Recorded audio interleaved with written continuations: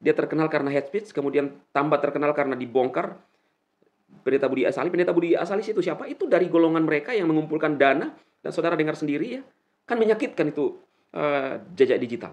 Jadi kalau mau klarifikasi, lihat ini videonya.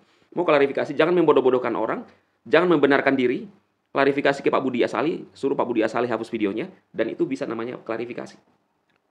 Saya anggap penyalahgunaan dana. Shalom saudara terkasih dalam Tuhan Yesus Kristus. Senang kembali berjumpa dengan saudara semua dalam channel PSD. Doa dan harapan saya, setiap kita senantiasa dipelihara oleh Tuhan kita Yesus Kristus. Amin. Nah saudara, hari ini pembahasan yang ringan-ringan saja ya. Menurut saya menanggapi orang-orang yang suka nyinyir, sering nyinyir, tidak mengerti namanya keberagaman dan pandangan orang lain, pilihan orang lain, dan ingin maksa ya. Judulnya adalah Fakta Mengejutkan tentang Reform dan Karismatik ya. Kalau beberapa saat yang lalu Mbah Buri mengatakan bahwa fakta mengejutkan tidak ada dari kaum intelek yang berani menantang dia ya. Ya lalu saya ya apa ya saudara, saya menganggap itu sesuatu hal yang biasa aja ya. Itu bukan fakta yang harus dibangga-banggakan ya. Justru saya akan membukakan kepada saudara semua benar-benar fakta yang ini kita bisa katakan bahwa loh kok bisa seperti itu ya. Ya bisa dikatakan mengejutkan lah ya saudara ya. Nah saudara ikuti video ini sampai selesai dan saudara akan paham ya. Tapi sebelumnya itu saya ingin menanggapi dulu ya. Ada beberapa orang yang mulai membahas PSD ya. Lalu yang satu ini mengata-ngatai PSDHI itu bodoh, bego. Saya lihat kemarin ya kalau tidak salah, saya masuk di fanspage saya, lalu ada orang yang nandai saya. Ternyata itu orang membahas saya, ya otomatis saya hapus lah. Ngapain ya? Ngapain saya mau tampilkan di dalam fanspage saya ya? Ya saya blokir. Ternyata dia membahas saya ya. Saya lihat judulnya, oh iya ya. Ternyata orang ini mulai pansos lah dengan PSD ya, mulai pansos, dan dia dari kalangan reform juga ya. Dia mengata-ngatai saya bodoh ya. Kenapa? Karena mereka ini adalah kalau saya lihat faham-faham mereka adalah faham yang salah. Akhirnya apapun yang ditanggapi itu selalu atau diterima itu selalu salah paham ya. Dia mengatakan ya di videonya itu bahwa saya di video pertamanya ya yang saya sempat lihat sekilas, dia mengatakan bahwa saya ini bodoh. Kenapa? Karena memposting ada satu komentar dari salah seorang teman nih, ketika saya menanggapi Simbah Muri. Ya, Simbah Muri itu ya saya tanggapi karena Mbah Muri ini selalu menganggap karismatik itu sesat, tidak benar. Ketika di kalangan mereka ada kebusukan ya, mereka tidak berani menanggapi. Nah, itulah yang saya jawab. Lalu kok tiba-tiba dia menyerang saya, si yang anak satu ini ya. Anak ini terkenal karena pernah hampir masuk penjara ya. Karena hate speech, ujaran kebencian. Dan tambah terkenal lagi karena dibongkar Pendeta Budi Asali kelakuannya kan. Nah, lalu tiba-tiba menyerang saya, membodoh-bodohkan saya karena saya memimpin komentar itu. Saya tidak tahu komentar itu. Saya hanya menjawab ya, apa yang dituduhkan Muriwali kepada karismatik.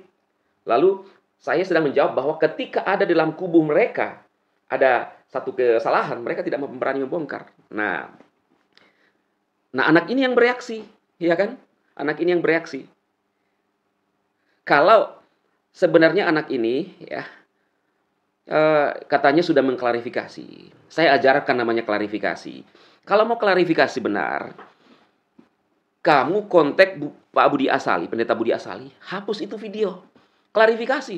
Ini saudara bisa lihat. Kalau pintar itu klarifikasinya seperti itu. Jangan justru menyerang orang lain yang ketika ada berkomentar, ya itu orang berhak untuk berkomentar. Namanya jejak digital itu sangat menyakitkan. Ada permintaan maafnya dia kan. Karena sering katanya kilaf. Lalu menjurunkan saya video itu dan saya mau bilang kilaf. Kilaf apanya? Aduh, inilah pandangan-pandangan yang sering salah paham. Ini lihat. Kita lihat dulu pernyataan Pak Budi Asali, saudara. 15.000 nomor dia. 5 GB. Dan dia 3 hari di sana. Akan berkata, anggap kata 4 hari dengan perjalanannya. Ya, 5 hari. Ini satu minggu. 15.000. Itu pun tidak layak ngambil dari uang kas yang gunanya untuk pemberesan kasus. Ya. Tapi tidak cukup puas dengan itu. Dia masukkan itu 100.000. Dan kemarin saya ada perdebatan di lapaknya MYM dengan pengacara dari Samarinda yang membela di Patrick Smith. Ini hal kecil, cuma 100 itu dipersoalkan. Bukan urusan kecil atau urusan besar. Ini urusan kurang ajar. Dan saya pikir kalau orang itu tidak bertanggung jawab dalam hal yang kecil, kalau dia kurang ajar dalam urusan uang kecil, apalagi uang besar. Bagaimana kuota Telkomsel bisa dimasukkan atau diambil dari penggalangan dana? Ini betul-betul kegilaan. Saya anggap penyalahgunaan dana. Kok Kalau di bawahnya, ini juga luar biasa parah. Oh enggak, ini bukan. Makan bersama kuasa hukum. Oke, 500.000. Ya.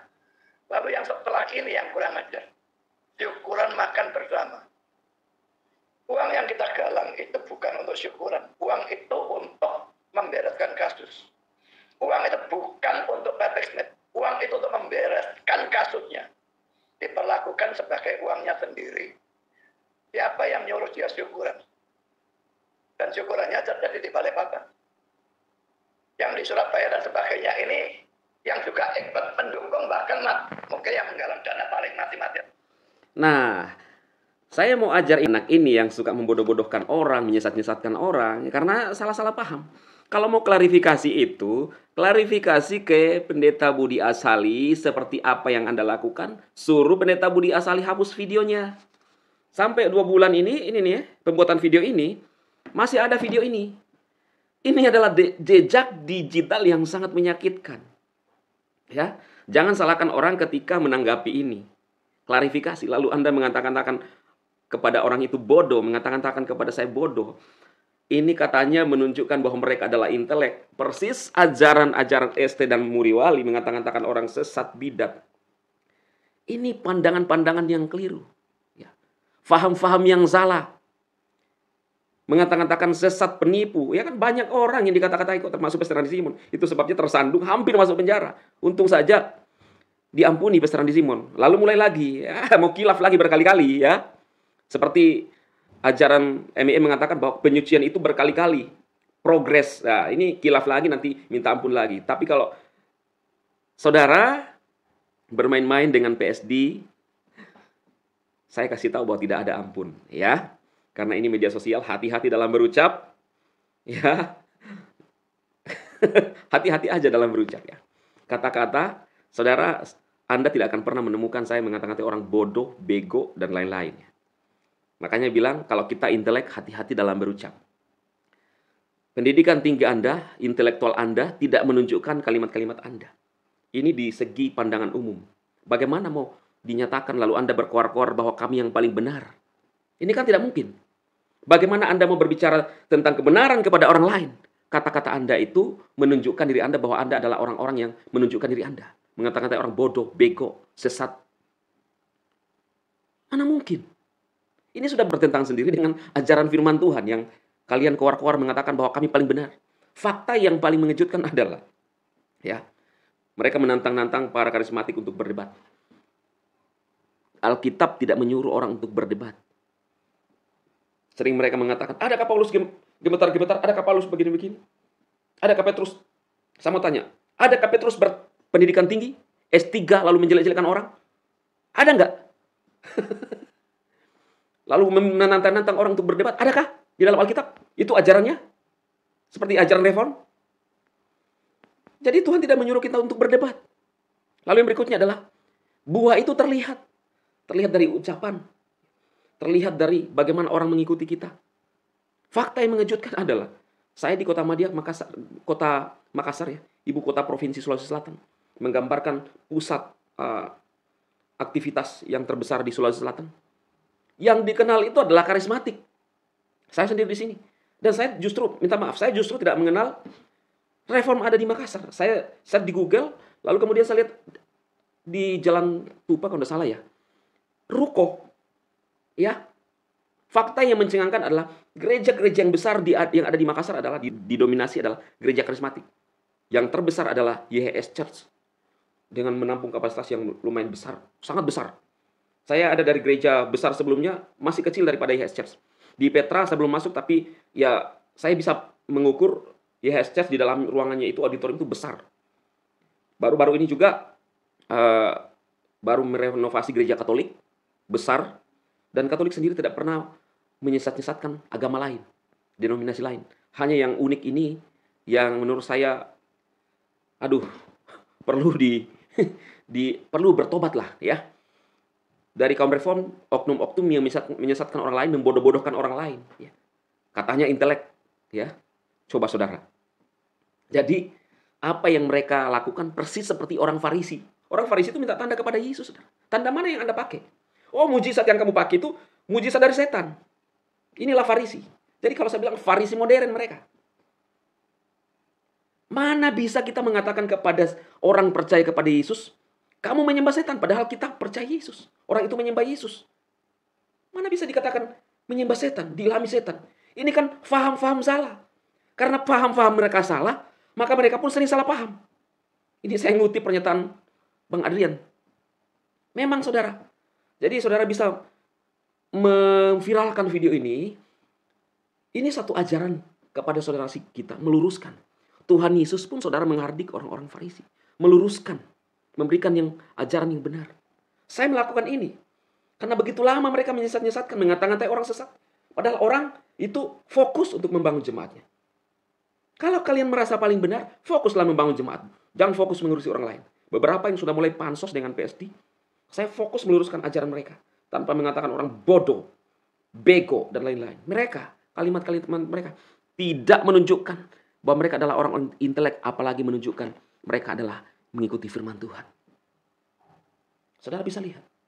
Jadi apa yang saya mau sampaikan ini adalah kita mesti melihat dari buahnya, saudara. Buahnya. Percuma kita berkoar-koar tetapi tidak ada buah. Percuma kita menganggap diri hebat, nantang-nantang, tidak ada buah. Lihat karismatik. Banyak yang berkomentar di video saya. Dia dari mana? Dari GPIB, tapi suka di karismatik. Kenapa? Lebih senang.